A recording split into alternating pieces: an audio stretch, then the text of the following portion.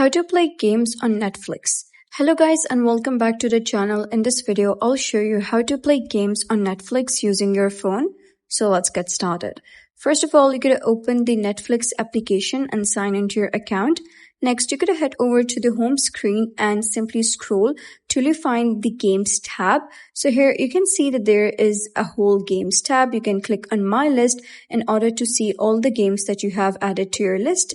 So you're going to select any game from here. So let's say we're going to go with Football Manager 26. So simply click on that and you'll be able to see a button that says Get Game. So once you press this button down, you'll be taken over to your Google Play Store. From there, you're going to tap install and wait for the game to download to your device.